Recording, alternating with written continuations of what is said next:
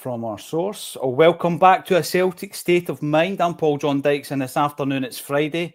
It is the League Cup final weekend, and I'm joined by Kevin Graham, Alan Morrison, and James French. We're here to talk all things Celtic, Champions League aspirations, the League Cup deciders, and everything else thrown into that box as well. Kevin Graham, you were watching the game last night. I wasn't. I was dealing with zips. That's all you need to know. I was looking at the design of zips. There you go. That was more interesting than watching that mob last night. Did anything happen that might affect them on Sunday? That's all I need to know, Kev. Let me know. Momentum and the fact that they think that they're the reincarnation of Brazil 1970. Oh, nice. Might come into it. They've got a bit of momentum. They will take a boost for that. Mainly the performance, not the result. They actually deserved to win last night. Spurs were absolutely ranked rotten. But then again, I think both teams can go into Sunday having a look, coming off the back of European games that they should have won. I think that's where both teams will be. I didn't usually watch them either, but I had to go up and sort my dad's one of the fire stick hingamajiggies, and I had to go up and when I was up there, I was going to pick up my daughter anyway, so I just stayed and watched it with him. So they were impressive, truthfully. They were look a different animal for what we played in September. So I bring it on. The fire sticks, I have no idea what they are, Kev. Alan, moving on to your good self, I've seen a lot of kind of feedback and kind of commentary on it on the socials and the WhatsApp groups. I mean, whatever happened last night, which I didn't see, I'm not fearful. It doesn't change my view of this weekend. Celtic, for me, have got a squad and a starting 11 that are far superior. And I know that a cup final, anything can happen. One-off game. That's why the record that Brendan had until last year was so impressive. Refereeing decisions, weather, all these kind of things can throw a span on the works. But it's not changed my view. And I know some other people are saying that Celtic haven't been at the top of their game for a number of matches now. And again, that's not really concerning me either. Alan, what's your state of mind going into this cup final? Always a bit cautious. Just one other, just to round out things that happened last night. Suter went off with what looked like a groin tweak, which, if it is, there's no way he's playing on Sunday. If it's a muscle, even if it's just a kind of slight strain, you won't recover from that in sort of 2 or 3 days. So that could be a big blow, because he has been probably their best defender for the season. But yeah, listen, always a bit cautious. I'm not buying it's going to be a walkover. I'm not buying the sort of hot favourites thing, because I think at the very least what we'll see is because I think they're at their best really when they're probably the underdogs and probably looking to defend like they do in Europe, where their performances have been very good, where the pressure's off a little bit, and I think Clement has generally set them up to be quite defensive. He sits two, sometimes three, holding midfielders in front of the back four. The two central backs sit very deep because they don't have a lot of pace, and they are very. And then they've got Butland's back to his sort of best form, so they are quite difficult to break down in that sense, and that's why they're probably frustrating for their own fans at home, because they're defensively quite solid, but they don't have a great deal of creativity. So my hope, though, is that Kev mentioned the word momentum. I think there's a bit of obviously giddiness that's now reappearing in terms of they've won a few games. Some of that's been on the back of just jiggling the formation a little bit, introducing Igamane into the forward line, dropping Danilo as a sort of false 9/10, and then Hadji being introduced back into the team, and then even Tavernier is kind of rediscovering a bit of form as well. So all of those players, if they put them into the team, makes them a far more attacking lineup. And I'm just hoping that they get optimistic again, and that they play all those players, because I think Celtic's best hope is that they get a little bit giddy and play all those kind of attacking players, because I think that will leave Akers in midfield, and I think also that Celtic will have a huge physical pace and power advantage, especially versus their forward players. So that's my hope, because on the flip side to that is that Clement tries to make the game a mess like the Scottish Cup final was, and then it just becomes almost like a coin flip as to who kind of grabs a goal at either end, or B, he sets up a little bit like Bruges did, like Aberdeen did, and that Zagreb did, which is this sort of mid-block 4-3-3, press like crazy as soon as you cross the halfway line, and that our wingers don't like that. They don't have the range of tricks and skills to beat that, and obviously with the defence sitting quite deep, the pace is kind of negated a bit. So if he goes in that direction and the game becomes a mess, I'd be getting worried. If he thinks he can win it and he plays Hadji and Igamani and Danilo and Tavernier at right back, and they put on a more of an attacking lineup, then I'm kind of optimistic. No, that's good to hear, because I think that was Kevin's take earlier in the season. You know, almost like they can drag you down to their level, if you like. And Celtic going forward is something that's been spoken about as well this season, James.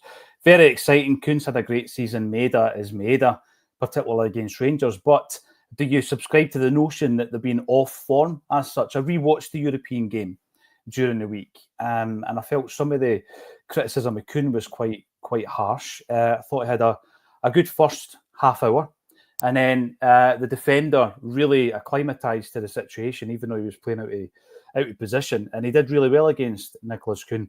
But he's not had a big performance in a few weeks, and I think we've become accustomed to that, haven't we, James? Yeah, obviously, I think we're all aware of Nicholas Kuhn's form this season. Like, he's been probably our best attacking threat, but in terms of the criticism towards him, it has been quite unfair. Like, Kuhn has carried our attacking output this year in terms of goals scored, assists, and kind of just general threat. Like, if you look at the stats, Kyogo obviously hasn't scored a great deal. I know Maida's come up with some big goals, but Kuhn has been kind of the main man in terms of scoring and assisting for us this year. Even the likes of midfield players, the likes of Bernardo Engels, Hatate, they haven't kind of produced numbers like Matt O'Reilly did last year. So we have had to rely on Kuhn, and he had that hot streak at the start of the year, and he's obviously slowed down now. And I don't think it's fair for us to jump on the back of him after kind of what has been an unbelievable start to the season from him. So it is definitely quite unfair in him going into the Rangers game, considering our reliance on Maeda and Kuhn. Like, we don't have adequate backups in those positions. The pair of them are going to start, and you just hope that both of them will rise to the occasion at the weekend. And I would have full confidence that both of them can do that. Yeah, we're going to run through, obviously, what we think will be the starting 11. There's a couple of other topics of conversation to get through as well, but the first comment of the day goes to Paddy Lavery. Yes, we certainly will give a big shout out to your daughter, Holly. Happy birthday tomorrow to Paddy's daughter, who turns 15 on the 14th of December. Sagittarius, absolutely tremendous. I turn a similar age, a wee bit older, on Sunday, but I'll be too busy in the Acsom fan zone down at Bad covering the game. Kevin Graham, I'm going to come to you because you're a bit of an old school ultra, even though you probably don't want to be. Pyros are in the news again today. We were doing a very interesting episode yesterday of This Is Acsom. It won't come out on Friday because that is tonight, and that's Dictator. It'll be next week. And it's a promising boxer whose name will be revealed next week, who is also an active member of Boys. So we were speaking about the ultra culture, the movement, and how things can be facilitated a wee bit better. I just feel that everything's reactive, Kev. There's no proactivity in liaising with the ultras, dealing with the pyro. It's almost as if we'll sit our hands till it happens, and then we'll hit you with fines and banning orders, etc. And there seems to be no engagement. Another warning today before the League Cup final about pyrotechnics from the SPFL. It's quite an obvious one for me, Kev. Speak to the people, speak to the ultras, engage with them, liaise with them, and then maybe we'll get somewhere. You would think so, but that's never going to happen in the Scottish Football Authority. There was a riot in 1980, and our generation's still paying for that. It's just we're stuck in the dark ages.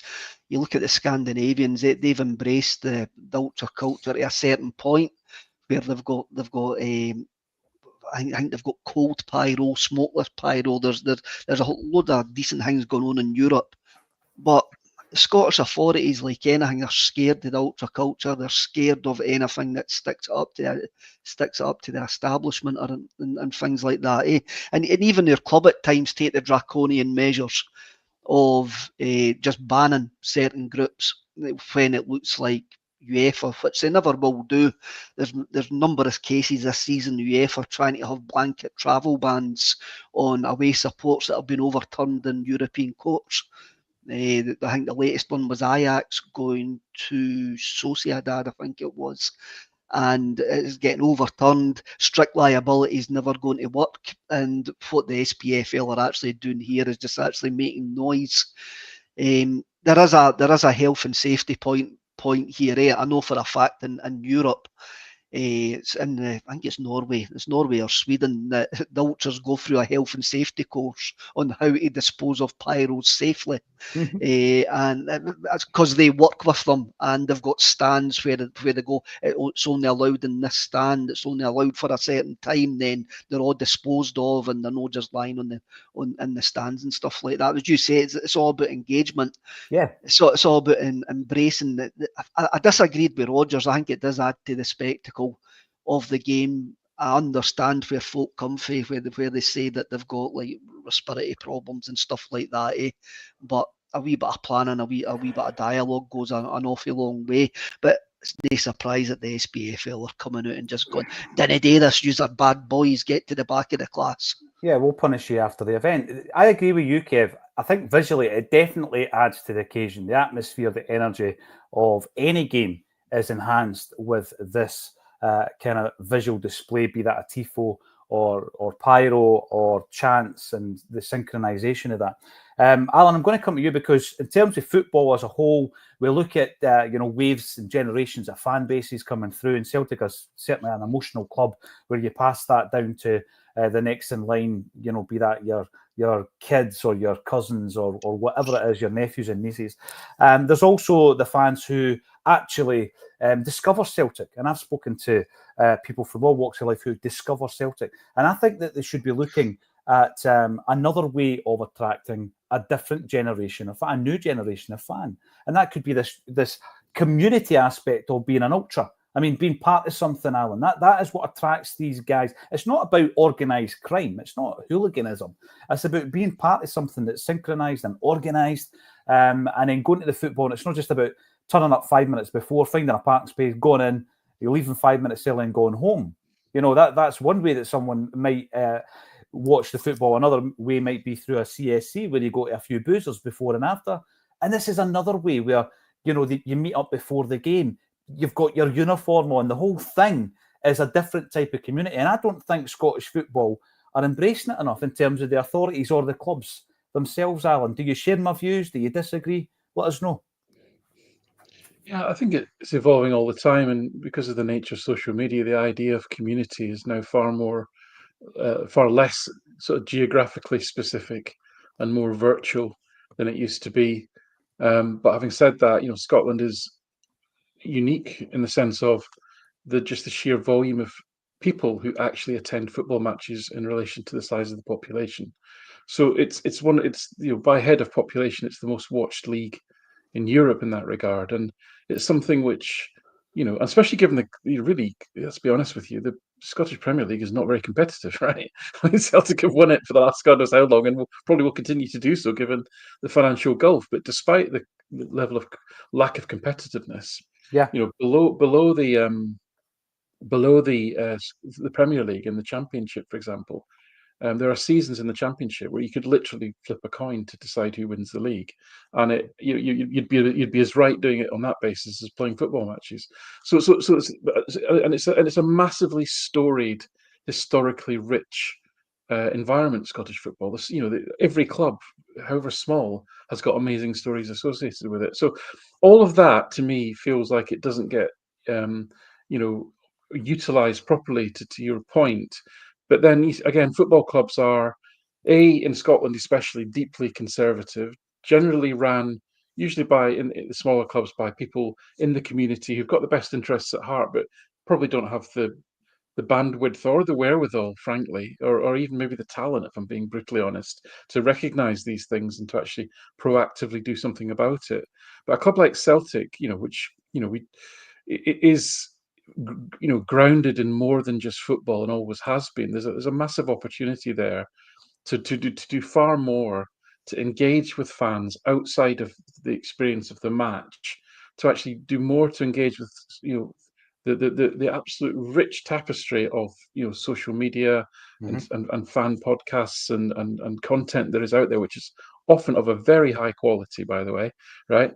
And actually help fans to share the story, because it's a bit of a funny business, right? I mean, marketing really is just about flogging kit and stuff to the customers that know you and are going to come through the door anyways. It's very difficult to attract new fans, but I think football needs to be careful, because the EPL bubble won't last forever, and you should be constantly looking at the next generation and the next generation, and making sure that your fan base is maintaining a fresh input of younger supporters through the door, and what are you doing to encourage that? And they're going to be completely social media savvy. They're going to be digital natives in that sense. So you need to probably interact differently with that generation than you do the current generation. So there's all sorts of things in there, really. I don't necessarily have the answer to them, but certainly to Kev's point, engagement and talking and actually grasping the nettle and realizing that there's actually a job to do here. And although Celtic have got a supporter liaison officer, there's almost some roles there, I think, that aren't being filled in terms of supporter engagement in the wider sense. And digital and the whole digital question as well. No, 100%, Alan. I was sorry to butt in there. I was going to say Kevin's been talking about this for the best part of the 7 years that Acsom has been broadcasting. And I remember, Kev, you spoke to the SLOs of Feyenoord. They came over and they told you about the supporter liaison scenario over in the Netherlands, which was far superior, actually, to and still is. And still is. I mean, the thing is, they're going to try and sort of, it's a typical male Scottish thing. We didn't talk about it, we just actually get on with it and just say, didn't do that. And it's a culture that we've got here, eh? But they're going to actually deal with pyros, eh? And the ultras will just move on to the next things, which is probably like drone displays or something like that. And they'll have drones above the stadium. Drones. Oh, don't mention drones. Drones above the stadium setting off fireworks and stuff like that, eh? That's next. That's what's coming, eh? Well, the ultras are always a step ahead. Well, they are, Kev. And, if you're engaging, then at least you know what they're planning. And this is a big thing. Talking about the digital kind of landscape, Alan, I find it funny introducing the wee guy into all the old 80s retro movies. And one of the Back to the Future movies, they're sitting with what looks like a VRs on, which back in 1985 seemed like 100 years away.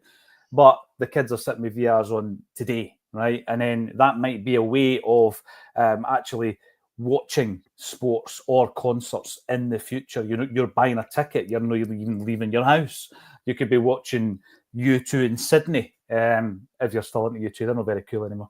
And you put the VR on and you watch it, you could be sitting next to your mate who lives in Jamaica. So Celtic and football, as you say, they need to be very careful, because the shifting sands, everything's moving, and we need to make sure that we're ahead of the curve. Do not turn fans away from away stadiums. Do not turn away ultras just because they dare to do something a little bit different. Embrace it.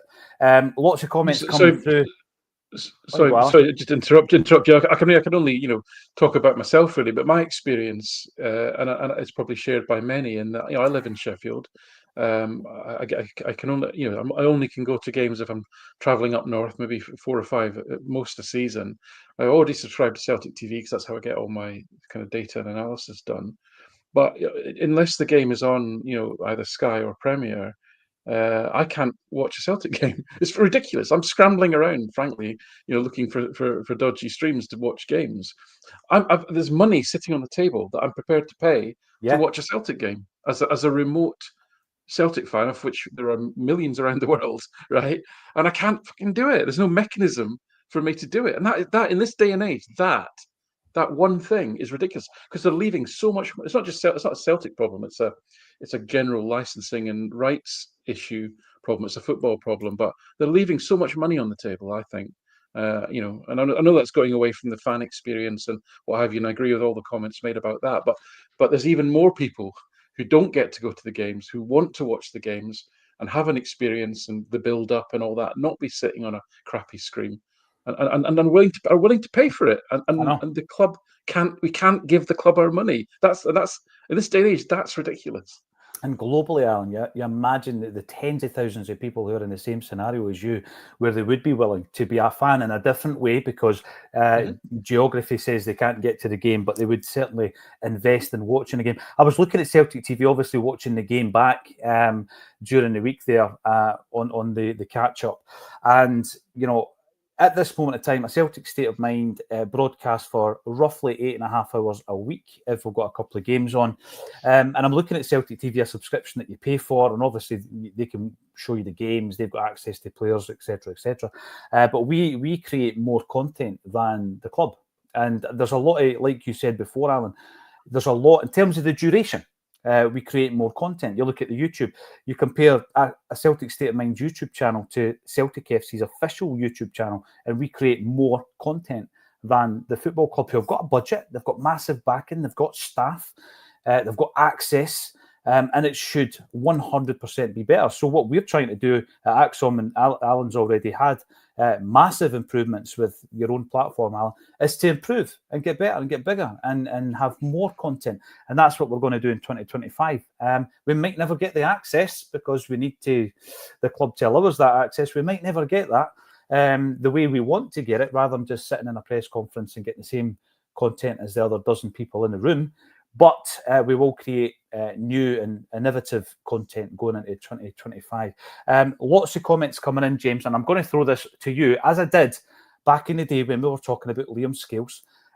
Johnny Kenny is a name that has been in and around the Celtic sphere now, bizarrely enough, for almost 3 years. He signed in January 2022.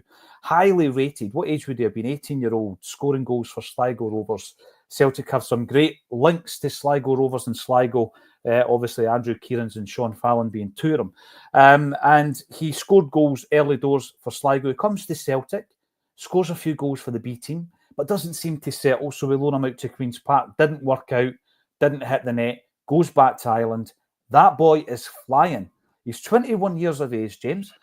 He's scoring in Europe. Shamrock Rovers are doing tremendously well, anybody who's watching their progress this season. And Johnny's coming back on the 1st of January.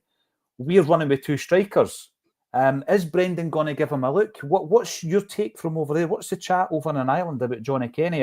Are people looking at him thinking, right, he's flying, get back to Celtic and make an impression?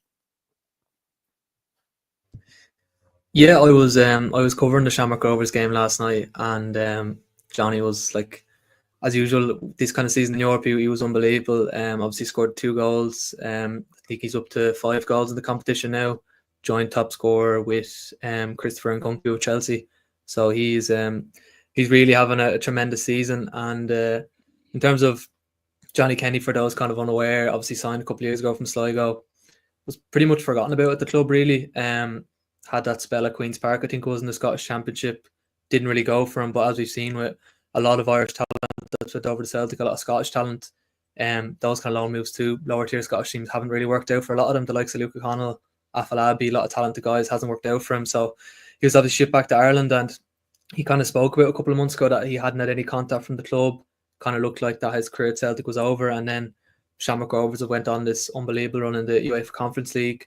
They will finish ahead of the likes of Real Betis of Spain, Panathinaikos. And Johnny Kenny, he's been really, really good. I know some of the teams he's played, obviously the New Saints of Wales, Larne of Northern Ireland, the weaker side of the competition.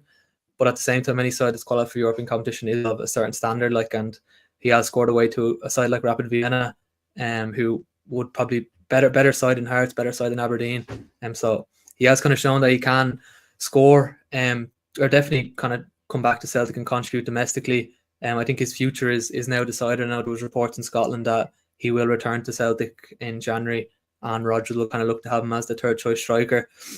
He kind of confirmed that last night after the game when he was asked about it by Irish media. He said that he's spoken with Rodgers and he wants him to come back in January and train with the first team. So it's up to him now whether he can.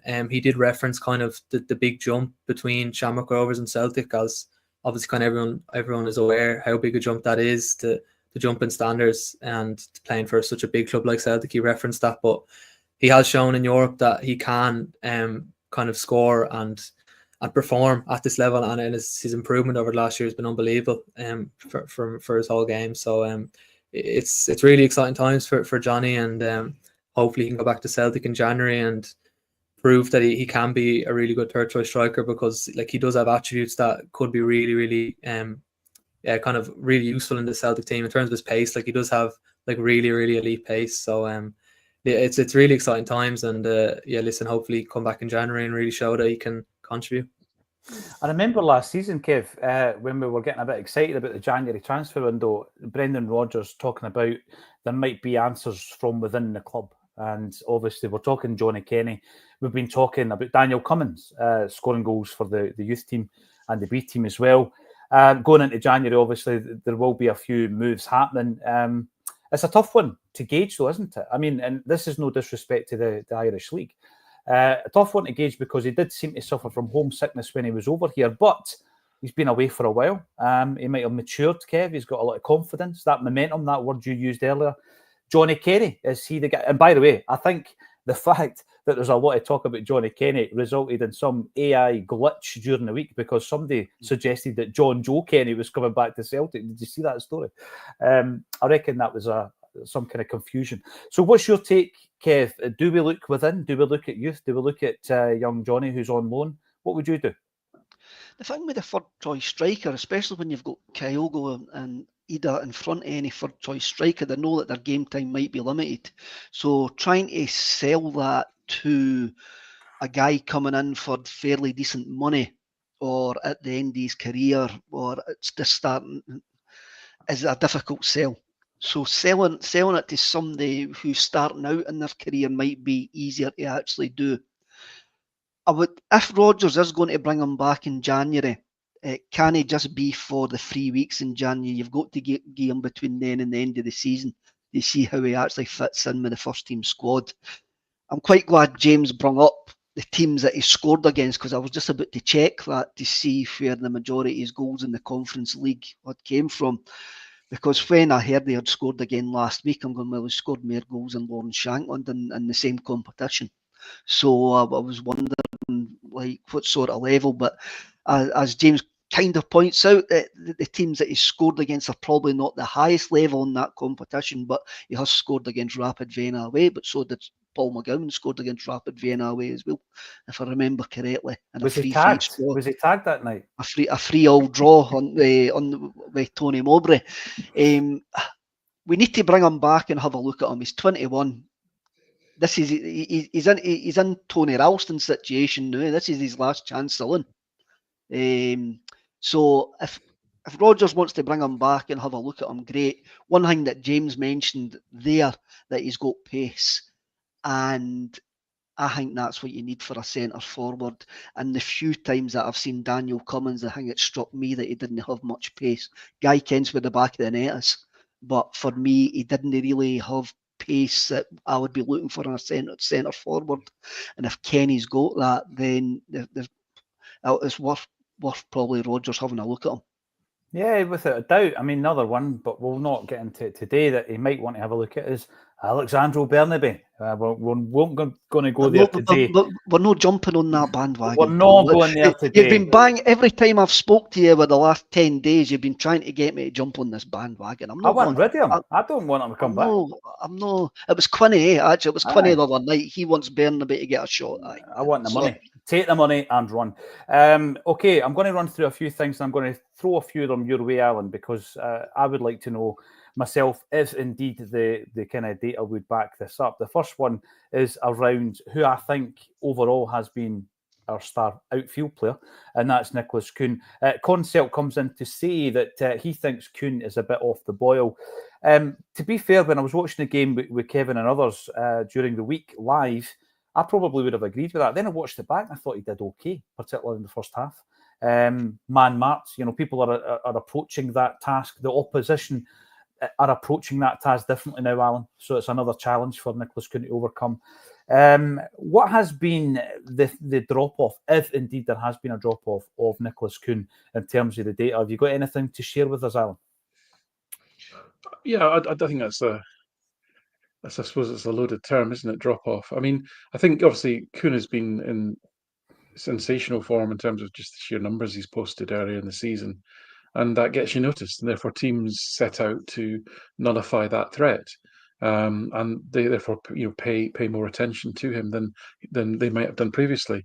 I think it was more through injury than anything else. So it's kind of serendipity really that on the other night there they had a right back playing at left back marking him, which meant every time he came in on his foot, not only was this guy, I think it was Pierre Gabriel, not only is he really quick and couldn't run away from him, but every time Kuhn cut in, which is what he tends to do, Pierre Gabriel was on his strong foot. So and they were kind of they did a good job of kind of doubling up on him as well.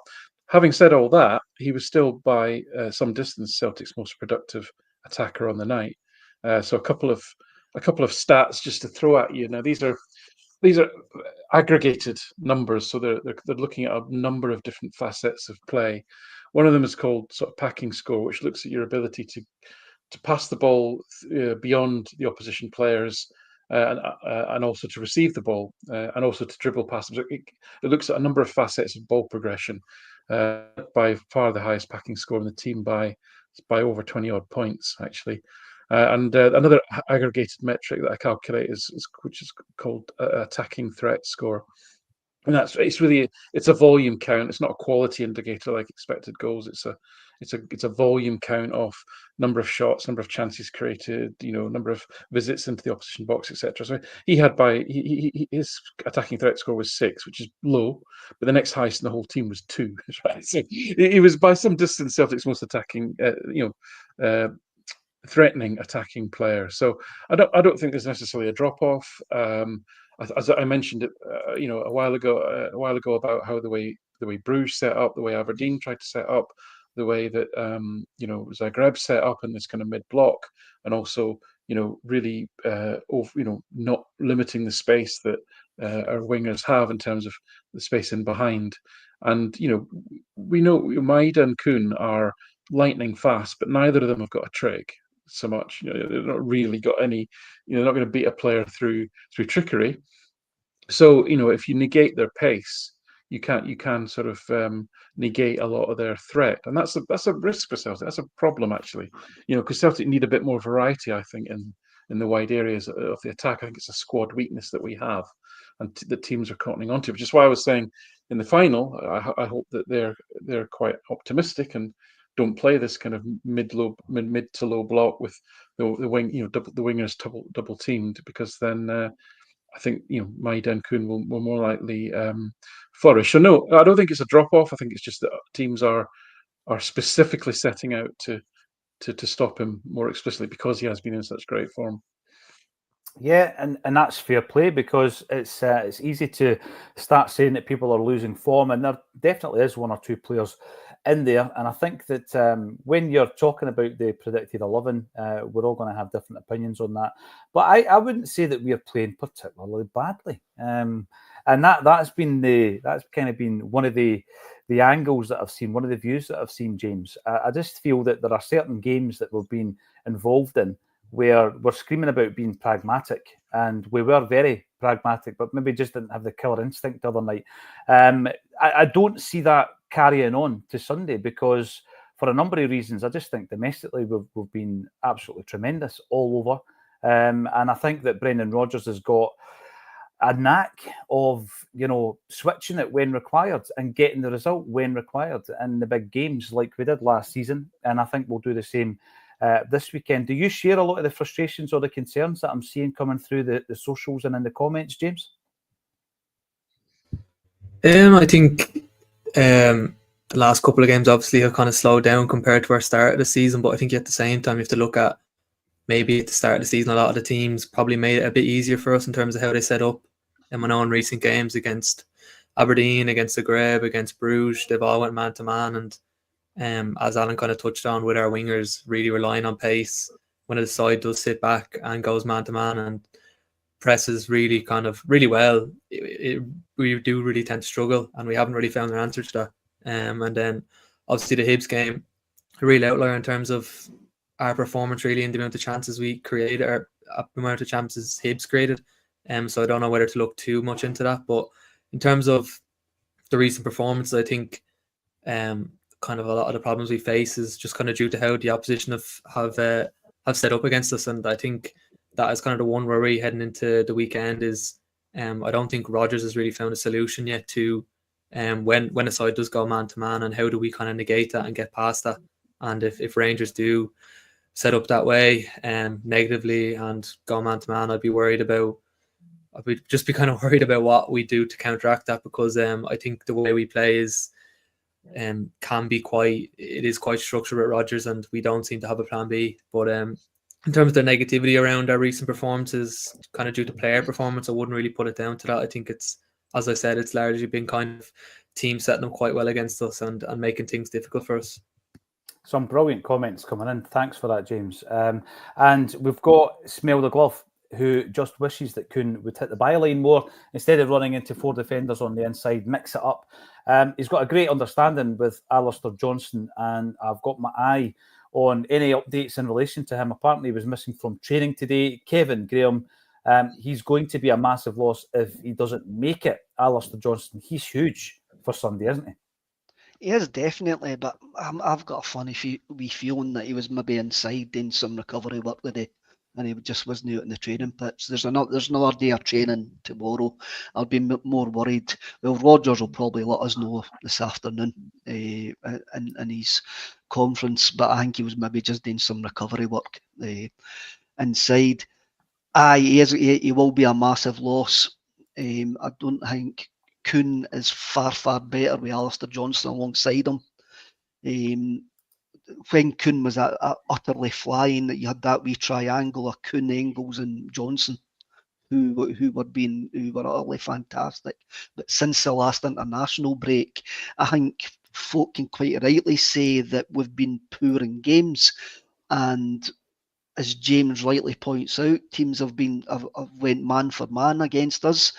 Derek McInnes showed that just before the previous international break at Rugby Park. If you go man for man, we struggle, especially when the guys didn't win their duels.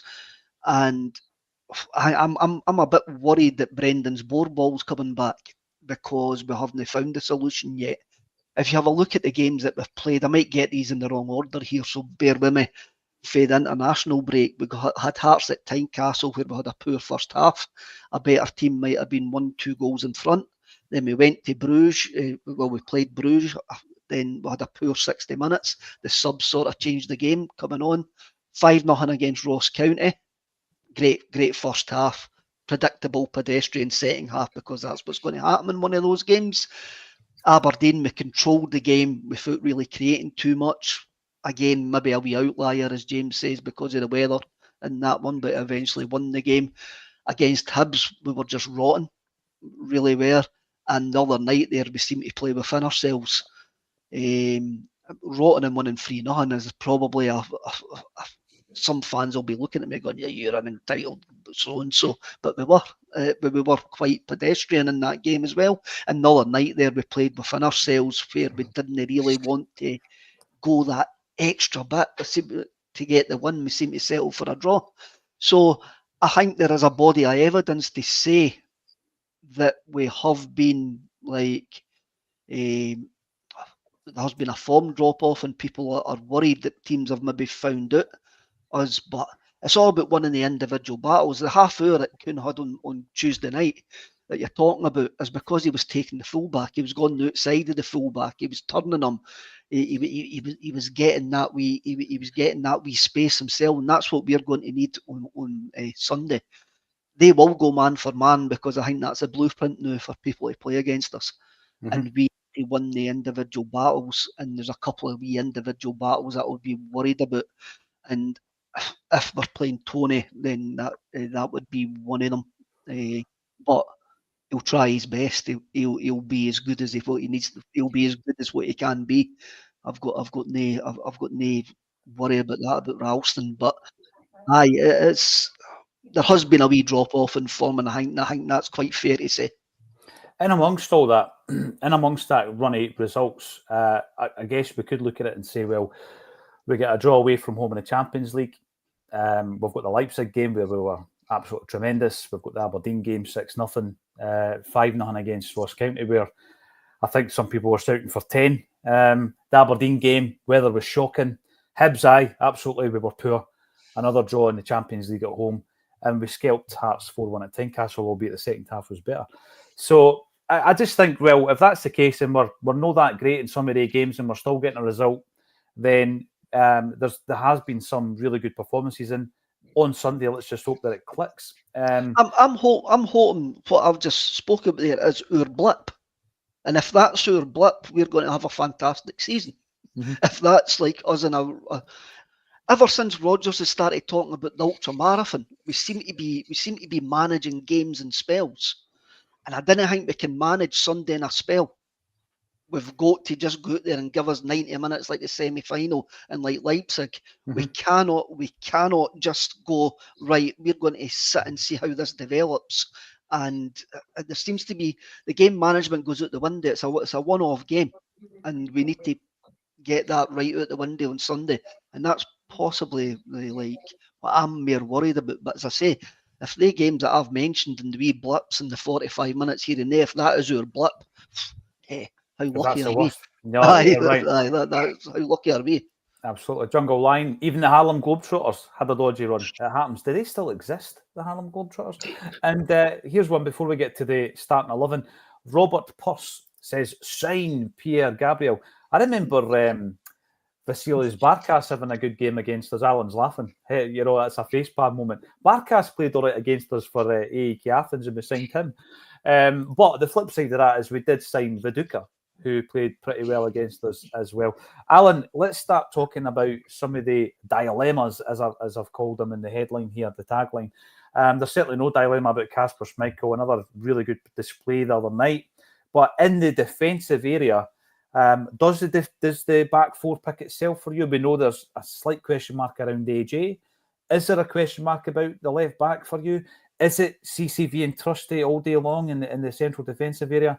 How do you pick your back four, Alan Morrison?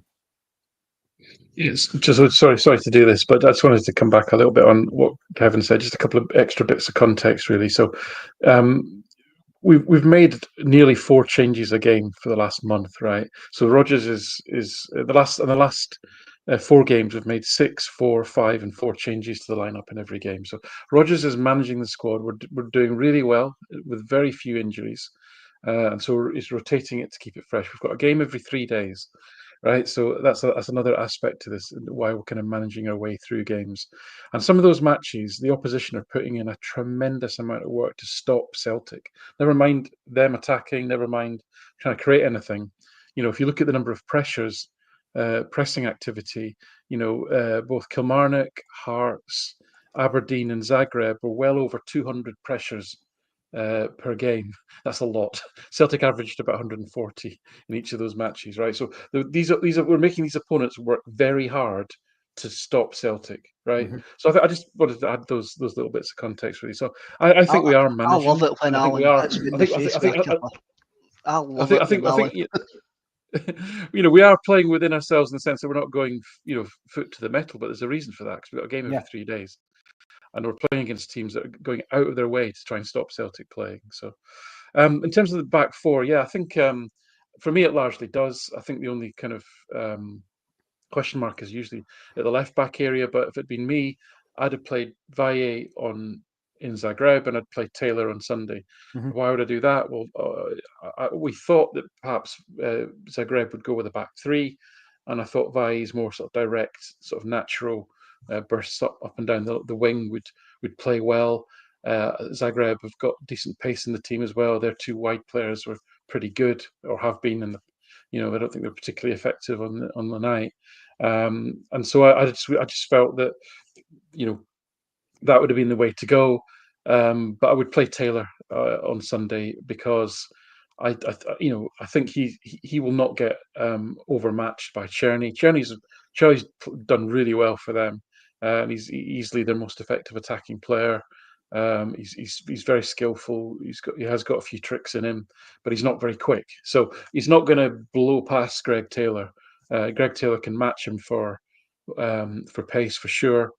And therefore I'm not too concerned about that aspect. I think Taylor's generally a pretty solid defender. The issues with Taylor are usually his recovery pace. It's when he wanders up the pitch and starts playing as a number 10, and then it's what happens when we lose the ball. That's the issue. But if you've got Trusty as your left-sided centre back, then he's got pace to burn. So that makes that slightly less of a risk. So for me, it'd be Taylor. Also, I think by playing Taylor, it just gives us that extra player in midfield on the ball. I think because I think there'll be a lot of space in midfield. If they go with the two sitters and Hadji, I think there'll be big spaces between those. They don't tend to play very close together. The two Raskin and Barron or whatever tend to sit quite deep. So I think bringing Taylor in will help us to control that midfield. So for me, that would be the decision to make, I think. Yeah, I said the other day there, I didn't think Taylor had his best game the other night, but he would still start for me, Alan. 100% he would still start for me.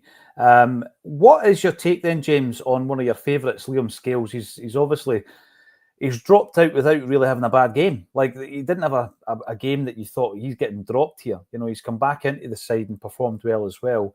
But I think kind of medium to long term, it was always in the plans to have CCV and Trusty. Scales is going to get game time based on CCV's kind of injury woes since he came to Celtic. There's going to be occasions where he drops out, and there's going to be that rotation that Alan talks about as well. But going into the Rangers game, I'm pretty confident it will be Carter Vickers and Trusty. What do you make of the defence for the weekend, James?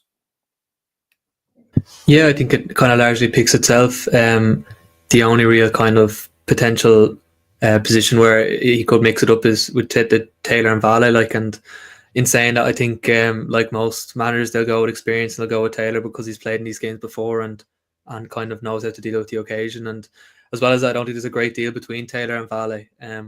I do really like Vale. I'm probably a bit biased, but in terms of their attributes, Vale is a bit quicker, a bit more of a natural fullback. Taylor really good at coming inside, and that's obviously kind of the pace and stuff is Taylor's big fault. But in terms of actual ability, there is very little between them. And I think Taylor will probably start a left back. In terms of Scales and Trusty, I think, as you said, I think Liam's been really unfortunate considering his performances this season. I think it's kind of gone a bit unnoticed, but I think he's actually went up a level really at the start of the season anyway in terms of performances. I know at the end of last year there was a lot of talk for him to be dropped, and even as a Liam Scales enthusiast, I'd agree. He was quite poor near the end of last year. There was that kind of run of months where he had no one challenging him, and he was quite average. But I think at the start of the season, he really went up a level, expectedly so, considering he's in the peak of his career. He's played loads of huge games over the last year, Champions League for Ireland, big international games. So he did have a really good start to the season, and it's just it's probably just one of those natural things that was always going to happen. Celtic were going to bring in a real kind of star centre half to be that kind of player that Narocki and Lagerbilka weren't, to challenge Scales. And I think Trusty has been really, really good. And I think the main kind of, similar to the Taylor and Valley situation, I think the main kind of thing Trusty has over Valley is his height, his physicality and his pace. And those three attributes, as Rodgers has emphasised, both in Europe and how his Celtic team must have played, are the three attributes that he really values. And that obviously means that Trusty is going to be the first team starter alongside Carter Vickers. So that's kind of the situation there. I think Liam Scales is probably a better footballer than Trusty. Really good left foot. Has got a lot better at bringing the ball out. I know that was one of the traits a lot of people kind of slandered him with because of he took up very long on the ball and kind of was poor coming out with the ball. But I think he's improved on that the last year. But obviously, as I said, the main kind of thing Trusty has over him is his pace, his height and his strength. And I think all three of those attributes will be key at the weekend, especially if Igamane starts. And I know he doesn't have a great deal of pace, but he is quite tricky. And Trusty's physicality will definitely come in useful. Yeah, without a doubt. And we're getting to that situation and that stage now where you've got potentially Bailly on the bench, Scales on the bench. You're quite happy with those guys as replacements for your two defenders. You move into the midfield. We're strong in the midfield. Got to bring this one up from the Urban Culture.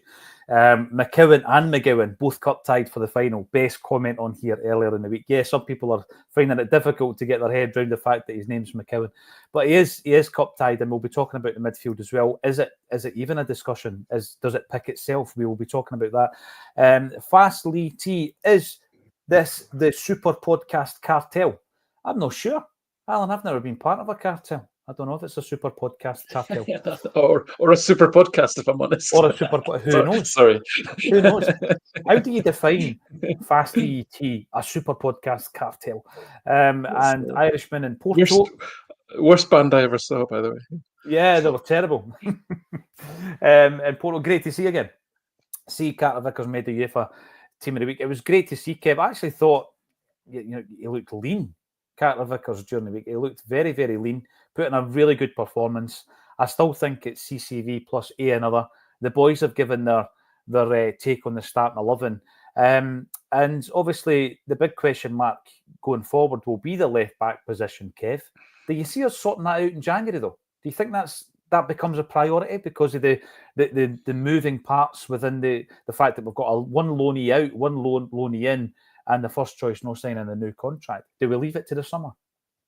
It depends if whoever your first choice left back is available in January.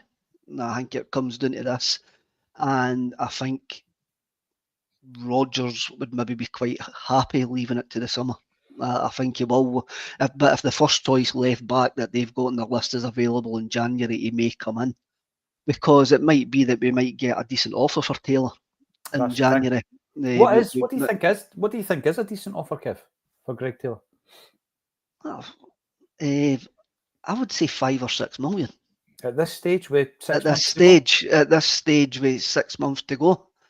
I don't know. The team to pay that would have to be desperate, and that's not a slight on Greg Taylor. It would be because they can get him for nothing in 6 months' time. They would have to be in a sort of desperate situation for a left back to take that. But I can see Taylor running out his contract and not going anywhere in January, and I don't think we've got any worries with him whatsoever if he's the first choice left back on the 1st of February, truthfully. I mean, 5-6 million's a lot for a guy with 6 months left in his contract, but I think we're talking about Celtic here for them to twist. For them to actually take the money, it would have to be at the high end of the scale, and I think 5-6 is at the high end of the scale. It's one of these situations, Alan, like Kev says, unless you've got somebody lined up and they are your first choice and you think they're going to improve your side, what's the point in taking a fee for Taylor? Because it's going to harm you more than anything else, isn't it? I mean, 5 or 6, I'm not sure. I honestly don't know what the value of Greg Taylor would be. I don't think he's playing at the peak of his powers right now. But I'm kind of viewing it and thinking, well, there comes to a point where the club and the player or the player's agent are not going to agree here. And unfortunately, he might move on, having had maybe 7 years at the club. But if he stays at the football club until the end of the season, we lose him for now. If we cash in, we're maybe scrambling about for a left back. I really do see it being a problematic situation come January, Alan. Is it a priority for you? Oh, absolutely is. I mean, left back has been a problematic position for quite some time. So listen, there's a very human,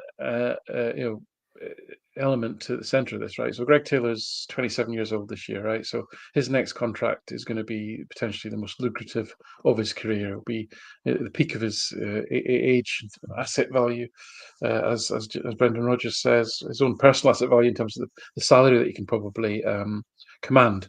And he has been at Celtic a long time, and he's based on what Rodgers says. He's one of the senior members in the dressing room. He's highly valued in the squad, both on and off the pitch as well. He's probably one of the kind of leaders, if you like, in the dressing room for what that's worth. So he's important. He's clearly been performing well because he gets picked nearly every week, and he's at peak age.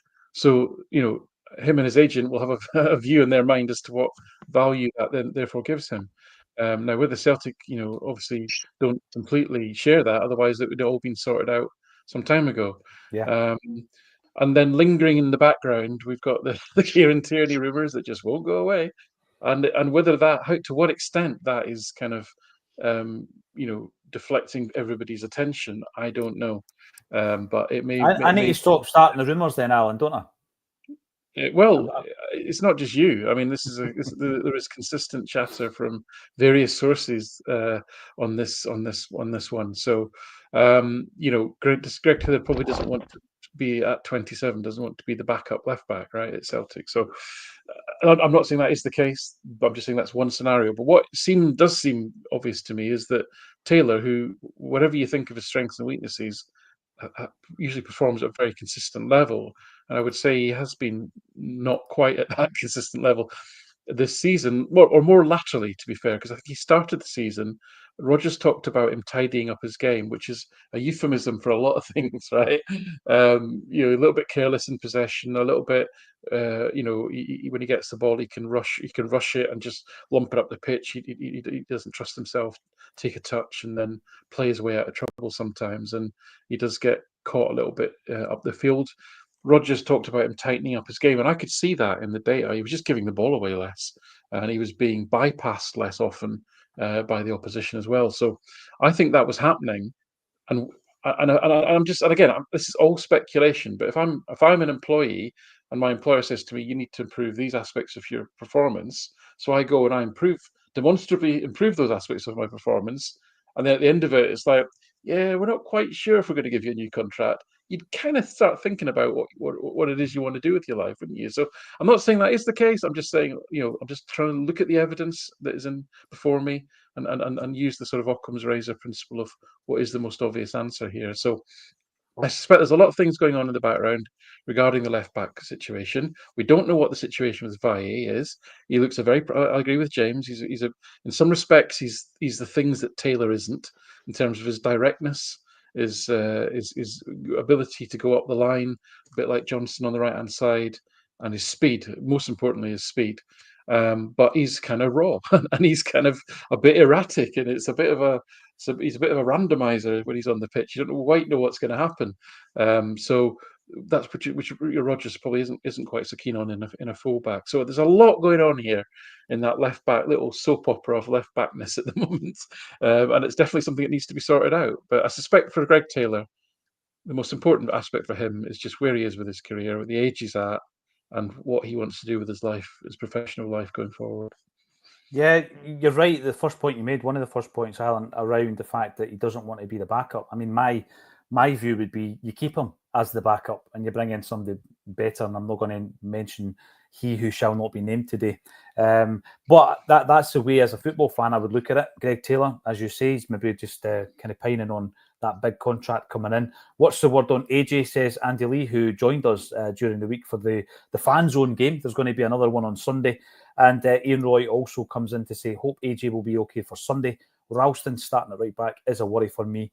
And me as well, as much as I love him, Ian, I think he is definitely showing signs that he's not getting enough games. And when he does come in, he's a bit rusty, unfortunately. And people might just say he's not at the right standard. Kaiser, I wasn't going to mention JC, our pal JC, but he loved a goal against Rangers. So there's an opportunity for me to bring up John Collins. Daniel Duffy is talking midfielders, and we're going to be talking about that as well. A few other things that we are up to at the moment, though, with regards to a Celtic State of Mind, and I'm going to mention them before we wrap up. First one is we have a fan zone set up at Barra's Art and Design on Moncur Street in Glasgow, just behind the Barrowlands. And we will be down there from about 11:30 on Sunday morning. There's going to be live music. There's going to have the game on the big screen inside. There's going to be food and all that getting served out the back. The wee barbecue area, Kev, don't know what the temperature is going to be like. We will be giving you free halftime pies inside the venue. And Acsom will have a live panel looking at the pre-match, halftime and full-time as well. The last count, I think there was about 250 seats booked. You don't have to book a seat to come in. You just turn up. But if you want to guarantee a seat, then get onto the BAD website, and the website is underneath this video. We've also got a few really interesting gigs coming up, actually. The final one of the year, the Centenary Boys, happens on the 19th of December. It's Thursday of next week. There are 45 tickets available. And as a wee Christmas special, you can get a discount, 50% discount on those 45 tickets by typing in Acsom 1888 on the link below. And then looking at the next year, we've got Belfast boy Michael Conlon coming to Glasgow to do the first of its kind, an audience with Michael Conlon. James is smiling there. He's probably well aware of Michael, the champion boxer from Ireland, of course, who, like Celtic, let's just say he's got a Celtic State of Mind. Kev's smiling there because you can probably remember the Celtic Symphony and the backlash that he got because there was a live game and I think everybody was singing ooh ah, and it wasn't Paul McGrath they were singing for. So there you go, Michael Conlon. Ticket link underneath this video, and it will be underneath this video until the gig sells out. Really looking forward to that one. A wee bit different, bringing in a boxer to chat about his love of Celtic. Right, give me the rest of your team then. I'm going to start with you, James. Some people might think there are no dilemmas. Do you have a dilemma in the midfield? You've already given us your back five. Give us your midfield and your forward line for Sunday, James. Yeah, I think it could be quite boring. It's going to be kind of the expected team. Obviously, McGregor in midfield, Hatate and Bernardo, and then Kuhn, Maida, and Kyogo. Obviously, I think that's going to be the rest of the team. Probably the only real, if there even is an argument, is Engels and Bernardo, which Bernardo was in much better form, so he's going to start. But like you said, we've Engels come off the bench, you've Ida come off the bench, you've Valid to come off the bench, so there's options there to change the game if needed later on. Yeah, and James, don't forget James A. Forrest still looking for his 16th consecutive season goal. Will it happen at the weekend? I would love to see that. Kev, what about the rest of your lineup? I think James is right. There's no question for me, Kyogo or Ida for a game like this. Kyogo starts. There's no question on the wings. And the big question mark is around, does Engels start? Because I thought Bernardo was one of our best performers of the night, and he starts for me. Hatate wasn't, but he still gets a start for me, Kev.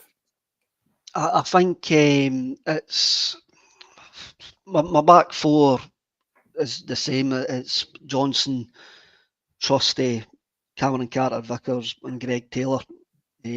Taylor's positioning the other night was a wee bit of a worry for me, and I think Cherny could have a field day against him actually. If he is as loose as what he was the other night there with his positioning and his game management in the midfield, it's Callum McGregor, Bernardo, and I think it's a toss-up between Engels and Rio, but I think he'll actually go for Rio. I'm wondering how many times Rio has actually been mugged in Glasgow because he doesn't ken what's behind him. Anytime that he's on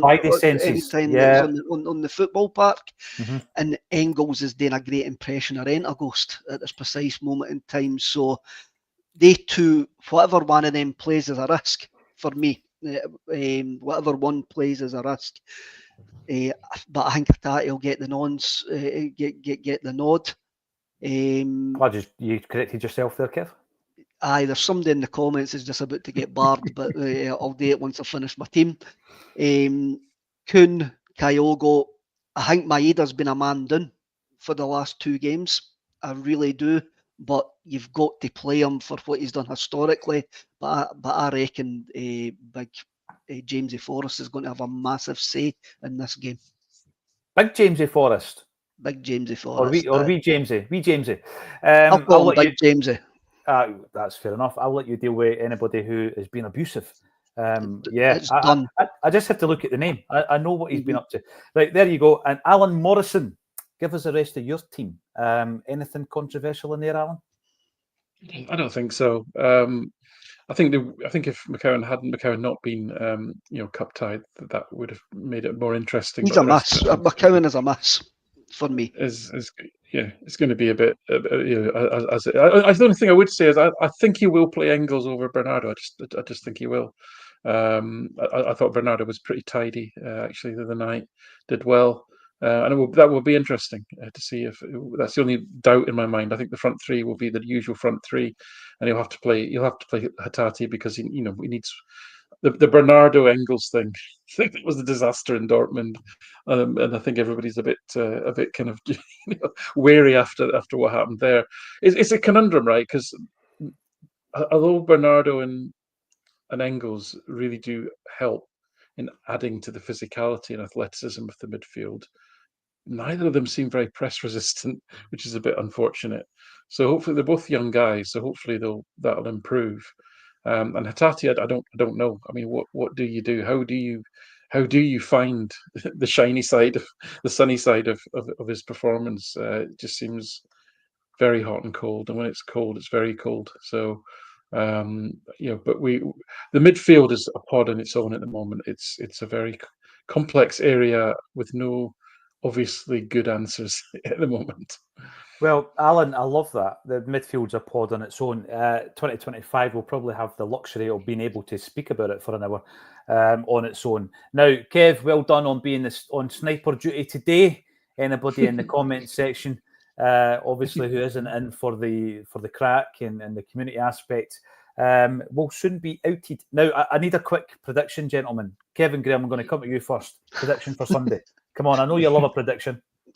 Look, when it comes to cup finals against Rangers, there's two things I want. There's two perfect options for me. There's a very, very comfortable victory where we're all laying after about 75 minutes. Then there's a 95. Then there's a 95th minute winner. So I want somewhere in between that. I think it'll be really, really close, and I think we'll sneak it with a goal. Oh, sneaking it with a goal, James French. Yeah, I think 2-1 probably, like last year's cup final. That's what I'm going to go for. I think McGregor going to get another Hampden goal, maybe another long range finish, and then Adam White off the bench to win it. Oh, I'd love to see that. What about yourself, Alan? Are you feeling confident? Yeah, you need to. I mean, the Celtic are strong favourites, and rightly so. It's clearly the more, the better squad of players. I just fear it's going to become another attritional, mess of a game, really, in which does increase the impact of randomness. Unfortunately, I'd love us to completely control the game, get a couple of early goals, and just cruise it, and that is possible. That could happen, but I just fear it will become another battle and another kind of dour attritional game. But I think we'll have more off the bench, really, in that case. And I think we're obviously, because of the general fitness of the squad, and just having those extra 3 days rest, 2 days rest, whatever is significant, right? That we may have to wait and be patient, especially as the way that Celtic are playing at the moment. We are managing our way through games in what is a very busy schedule. So I expect it to be a little bit attritional, and we'll have to be very patient, really, not get too frustrated with it. But I think we'll get there in the end. Yeah, I'm going to be sharing someone's comment because it's what I think will be the outcome. Feeling confident today, guys. Love it. 3-0 for the boys. Thank you all for getting involved. Check out our links for all the various events that are coming up underneath the video, and join us for the match tomorrow. If you can't join us for the match, why not come down and join us in the fan zone, and we'll give you a free pie as well. Thank you to Kev, Alan and James for joining me on A Celtic State of Mind. Cheers.